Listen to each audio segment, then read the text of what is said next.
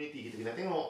Bukan sekadar kita nak buat program buat program ajak orang datang, bukan itu saja. Bercakap tentang pengalaman tadi kan, macam Syarul cakap kalau kita mungkinlah kita pergi tengok saja kan, tapi kita tak tahu kita dapat kataan. Sebenarnya kalau pada pandangan saya kan, kita susah nak ukur macam mana kita dah dapat apa belum. Kita hanya akan tahu apabila sampai satu masa kita berada di satu tempat, kata satu benda yang berlainan. Macam baru aku teringat dulu aku pergi orang ni dia buat macam ni kalau tiba kes-kes macam ni. Pada masa tu lah baru kita mengingat balik apa yang kita dapat, pengalaman yang kita dapat. Adanya masa kita ada di situ kita macam biasa. Tapi bila kita dah berada di satu tempat yang completely different, kita akan rasa dulu kalau orang ni aku tengok dulu dia tak buat macam ni, dia buat cara lain. Awal kita terasa aku dah dapat sesuatu daripada pergi situ, walaupun benda tu kita pergi hanya melihat je. Jadi saya rasa lah pengalaman tu merupakan guru yang terbaik. Jadi guru yang terbaik. Bagi contoh pada Saudara Syakam kan, maksudnya sekarang dengan keterlibatan dengan dulu sebagai SUM Court, kemudian beralih kepada penghulu MCOT, kemudian sekarang ni aktif dengan grup karyawan kan.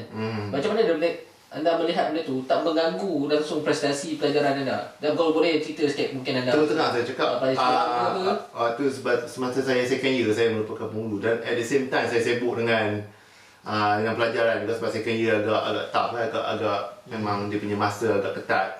Tapi saya rasa satu benda yang menarik sebab bila kita sibuk, kita akan lebih push diri kita untuk buat benda tu dengan lebih baik. Masa kita limited. Kita takkan ada satu masa kita jom kita nak minum sampai 4-5 jam tak buat kerja apa. Kita takkan rasa nak buat benda-benda macam tu sebab kita tahu masa kita sangat limited. Kita akan lebih appreciate. Kita akan lebih appreciate. That's the word, appreciate. Kita akan lebih appreciate sebab kita semalam aku dah sibuk dengan MCO, hari ni aku kena buat kerja.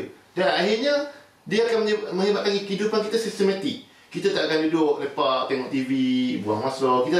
Benda macam tu akan dihindarkan lah, akan dapat dihindarkan insya-Allah. Tapi cuba kita bandingkan kalau kita cuti contohnya kalau kita cuti 2 hari. Kadang-kadang 2 hari tu kita buat kerja, kena buat kerja ni. Cuba bayangkan kalau kita cuti 7 hari.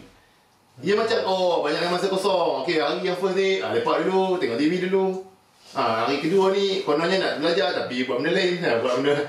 Jadi dia tak ada rasa appreciate, tak ada rasa penghargaan langsung pada masa. Sebab banyak masa seminggu cuti. Bandingkan 2 hari cuti. Kalau kita 2 hari cuti ni kita rasa macam kita betul-betul kena gunakan sebab kita betul-betul ada masa yang limited. The same goes untuk apabila kita sibuk lah. Saya masa saya second year saya sibuk dengan manuskrip novel saya walaupun tak diterbitkan. Tapi second year masa second year saya sibuk dengan penghulu MCOT, saya sibuk dengan penulisan saya dengan novel tu. Dan alhamdulillah saya rasa benda tu sangat membantu. Sebab tu bila saya dah tak ada dalam MCOT, saya rasa macam agak lost sebab saya banyak buang masa. Sebab mana prestasi akademik pada kita kalau tak ni lah. Second year. Alhamdulillah second year saya dapat first class. First class tengok je tu. Saya dapat bukan saya nak, tapi saya rasa benda tu sangat puas. Saya pun rasa risau sebab the year dah tak ada program sangat. Menyebabkan saya rasa macam prestasi saya dengan itu sekarang. Sebab saya rasa saya seorang yang memerlukan sesuatu untuk push saya untuk buat benda lain. Jadi kalau ada sesuatu yang ada kerja untuk saya cakap, ada kerja. Sebab saya memerlukan kerja. Saya rasa itu memang cara saya hidup. Bukannya saya nak kata saya bagus, saya nak boleh buat kerja, tak. Tapi saya memerlukan kerja itu untuk push saya untuk buat benda lain. Okey, baik. Sebagai ada benda apa? Kadang-kadang saya merasakan yang kalau orang yang sibuk ni kan, saya akan cakap kalau orang yang sibuk ni, kalau dia tiba-tiba dia dapat cuti 2 hari, ya nikmatnya cuti 2 hari kan. Bolehlah dia duduk kejap 2 hari kan. Tapi kalau bagi orang yang kurang sibuk sikit, kita relatively kan, kita macam buat benda ni boleh ukur lah, kita assume relatively kurang sibuk lah. Mana yang kata 2 hari, 2 hari je, tak bagi lagi banyak. Maknanya kita berbalik pada apa saudara cakap tadi, penghargaan kita kepada masa tu agak memainkan peranan jugalah. Apabila kita sibuk ni, penghargaan pada masa adalah lagi tinggi. Tapi dia kena berkorban lah. Mana bila kita ada masa, mungkin kita tak ada masa nak tengok bola, mungkin kita tak ada masa nak main bola, kawan nak tengok main badminton dan sebagainya. Itu hal lain lah. Mana kita kena ada satu rasa pengorbanan.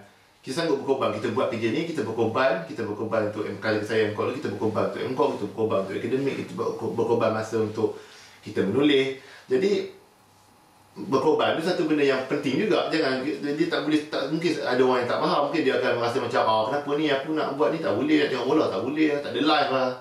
Ada saya tak faham bila dia cakap tak ada live lah, bila orang yang sibuk. Saya rasa orang yang tak ada live adalah orang yang sibuk dengan tengok TV itu. Orang tak ada live sebenarnya. Betul. Saya berpendapat loser lah. Mungkin saya baru nak tulis something berkenaan dengan satu term orang panggil loser kan. Kalau orang selalu cakap kalau orang yang loser ni, kalau pendapat satu loser macam mana orang yang loser? Orang yang tak ada awet. Saya nak cakap benda yang sama. Itu evergreen. Sebab loser orang cakap, oh dia ni tak ada kekasih, orang yang loser. Bagi saya, orang yang tak ada jawatan ataupun tak ada aktiviti, itulah orang yang loser sebenarnya. Saya baru nak tulis benda ni. Saya mungkin akan make artikel something like that. Nanti kalau Sebab loser tu saya rasa bila tak ada aktiviti, sebab tu sekarang saya rasa macam agak loser. Sebab saya hanya ada penulisan. Yang ada penulisan pun dia kadang-kadang ikut job. Macam contohnya itu Isma ada suruh saya tulis drama, itu job saya. Dan mungkin lepas ni saya ada lagi job, 2-3 job. Jadi tunggu job, tunggu kerja datang. Which is saya rasa agak loser lah sebenarnya, tak ada kerja lain kan. Tapi tak apalah kan itu. Sekarang maksudnya kita sekarang ni bersetuju atas satu premier semua bahawa aktivisme ni tidak menyikat kecemerlangan akademik seorang pelajar tu sendiri. Setuju? Tapi untuk sikit lah, untuk saya sentuh sikit lah. Kalau aktivisme ni kita katakan sebagai satu faktor lah kenapa seorang prestasi akademik itu berkurang kan. Mungkin kita kena kaji sikit lah. Dia, kalau dalam term sains ni kan, kalau dulu saya ada belajar, saya rasa ramai orang belajar kan, correlation ini doesn't mean causation.